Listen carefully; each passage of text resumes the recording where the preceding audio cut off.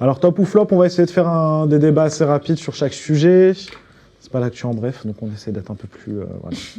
On débat moins. Un peu moins bref. Un peu moins bref. Moins bref. Non, c'est vrai que l'actu en bref... Comme Cannes qu'aujourd'hui, quoi. Ouais, même calvitie. Alors du coup, le top ou flop, vous avez marqué si c'est un top... Non, c'est moi, j'ai marqué ma calvasse. Si vous me dites si c'est un top ou un flop, on va parler de la Star Academy, du coup. TF1 a organisé la Star Academy qui a commencé ce week-end. Du coup, avant le lancement officiel de la Starac, vendredi, TF1 a organisé une opération spéciale en invitant 7 influenceurs à passer 24 heures au château de Damary Lélis, immersant ces personnalités dans la vie d'un académicien. Parmi les invités, il y avait Bilal Hassani, Paola Locatelli, Maya Dorable, Océane, Sullivan Goued, Samia Kanan et Sundy Jules, je ne sais pas c'est qui les derniers. Au programme cours de chant, danse, masterclass sur la mode, offrant ainsi aux participants une expérience quasi identique à celle des véritables élèves de l'émission. Cette immersion a permis aux influenceurs de découvrir en avant-première la nouvelle déco du château et peut-être la mascotte de cette saison, le chien de Michael Goldman. Oui, il y a un chien dans la Starac cette année. T'as pas regardé la Starac ce week-end, toi ? Non. Non. J'étais un anniversaire. T'as raté le dogo. L'expérience a été diffusée sur TF1+ ce vendredi, précédant le grand lancement de la saison qui avait lieu ce samedi. Top ou flop, je vous laisse regarder le petit cours de chant, vous allez voir, c'est horrible pour les oreilles.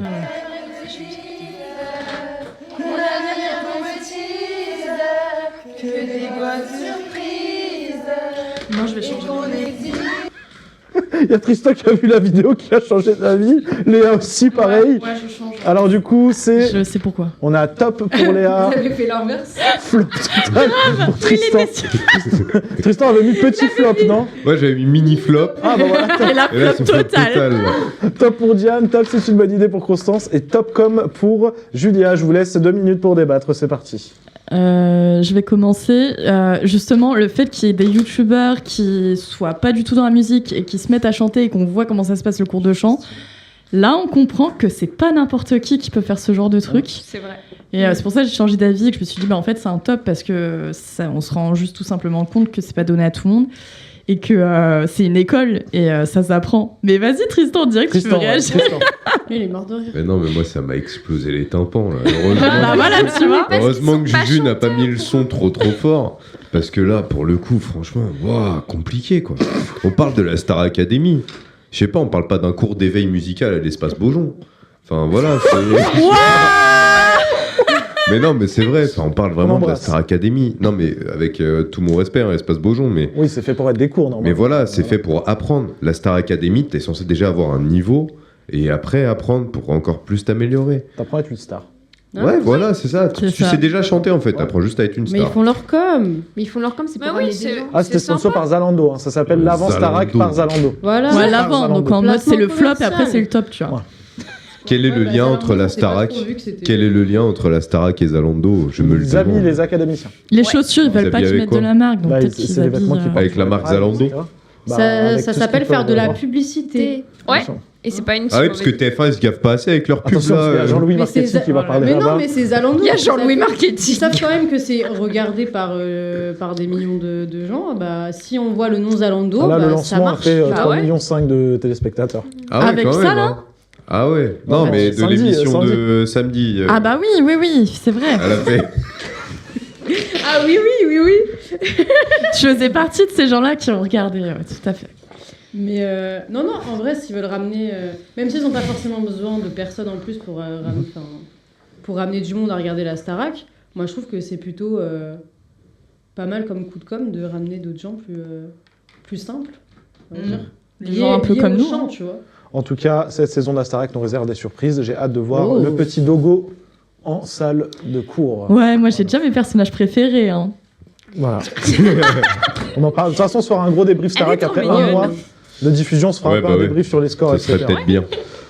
Deuxième top ou flop, le documentaire Souvenir, le fabuleux voyage de Seb et Sofiane, diffusé sur Canal+ depuis le 15 octobre 2025, propose une immersion dans les aventures des 2 célèbres youtubeurs français.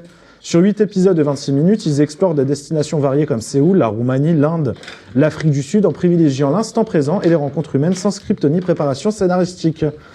Certaines personnes trouvent ça dommage que ce contenu soit proposé sur Canal+ et sur MyCanal, car il faut payer un abonnement pour y avoir accès au lieu de privilégier YouTube. Top ou flop? Je vous laisse regarder la bande-annonce. qui fait ça, mec? De quoi? Une exposition de ses souvenirs. Bah nous. Nous deux, c'est Seb et Sofiane. On est amis depuis longtemps et on a eu la chance de beaucoup voyager ensemble. À chaque fois, on a rapporté plein de souvenirs. Et vous allez voir, chaque objet présenté ici a une histoire. C'est quoi ça? C'est quoi? T'es malade!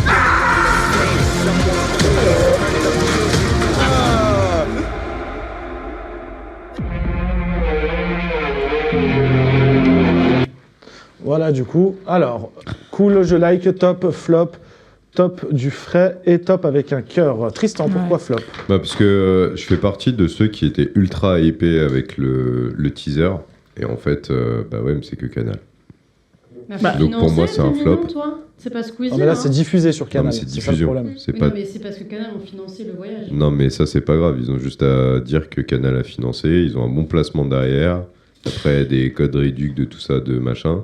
Moi, juste, je suis navré. Les abonnements Canal. Hein. Moi, je suis navré. Mais aujourd'hui, je vais pas payer un abonnement Canal en plus juste pour voir ça. Et ça me fait chier. Constance. C'est parce que je pense que c'est pas la cible qui cherche, la cible YouTube, Ah. etc. C'est la cible Canal qui veulent, parce que Ouais. je pense que c'est un documentaire, etc., qui s'adresse totalement à un autre style de personne.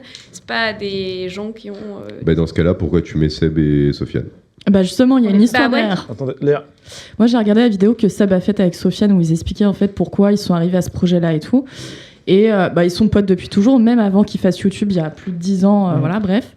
Et ils ont essayé de retrouver un projet pour que leur amitié aussi remarche, parce qu'en fait, ils se sont totalement éloignés. Ok. Donc, ils ont trouvé un projet en commun qui est les documentaires, cette passion pour les documentaires, les voyages qu'ils ont pu faire et tout. Et c'est de là qu'ils ont construit en fait ce concept-là. Et moi, ça m'a beaucoup touchée parce que je trouvais ça trop chou qu'en fait, ils expliquent ça de manière tellement sincère dans leur vidéo. Bah, après, il faut la regarder parce que Seb. C'est long. Ouais, c'est long, c'est que du blabla, mais c'est pendant une demi-heure, tu vois. Mais en vrai, c'était intéressant parce qu'au-delà du teaser, on le voit pas. C'est ça qui est dommage. Voilà. Non, et enfin, moi initialement, Seb, j'aime bien ses vidéos, parce que j'aime bien tout ce qui est un peu documentaire, histoire, tout ça. Mais moi, ce que j'aime bien, c'est que ça fait du frais. Enfin, ça, je trouve que ça change, c'est plein de bons sentiments, d'amitié, de voyage, etc. Et dans un contexte où c'est un peu pesant, tu vois, je trouve que ça fait du bien, en fait. Après, moi, je suis abonné Canal, donc je peux regarder, mais... Diane, pour Mais finir voilà. le débat. Oui, enfin, j'étais dans mes pensées, bref. Non, mais c'est vrai. Du coup, oui. Moi, je trouve que ça, on les voit d'une autre manière que sur YouTube, YouTube. et de ce qu'ils font d'habitude.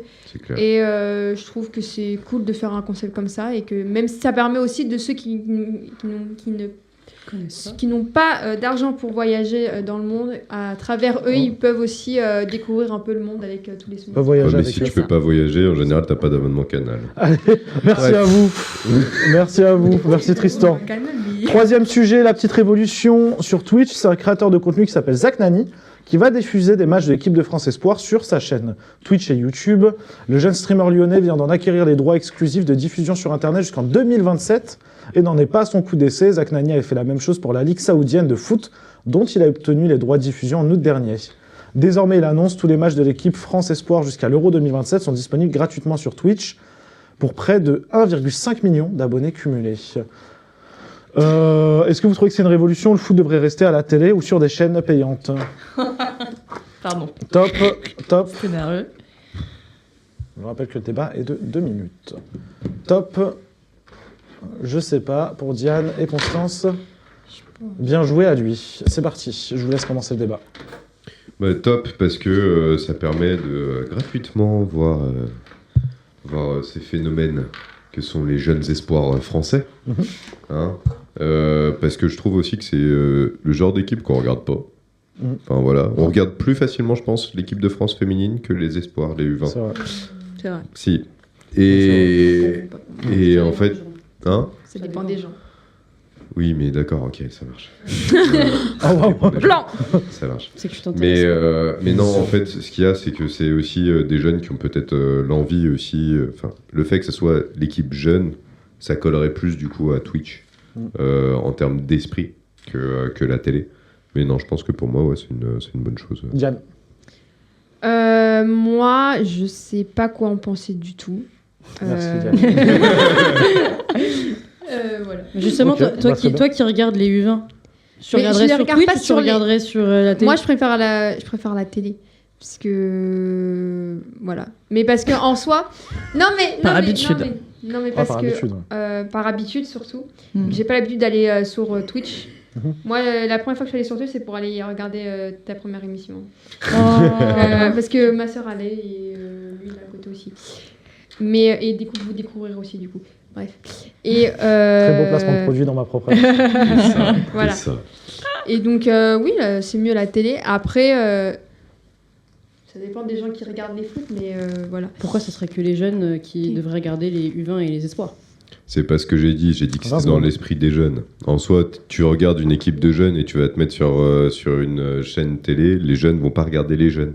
Si tu vas sur Twitch, les jeunes vont regarder les jeunes. Alors pour les stats France Espoir et enfin équipe de France Ouais, Espoir et France Femmes, j'ai regardé.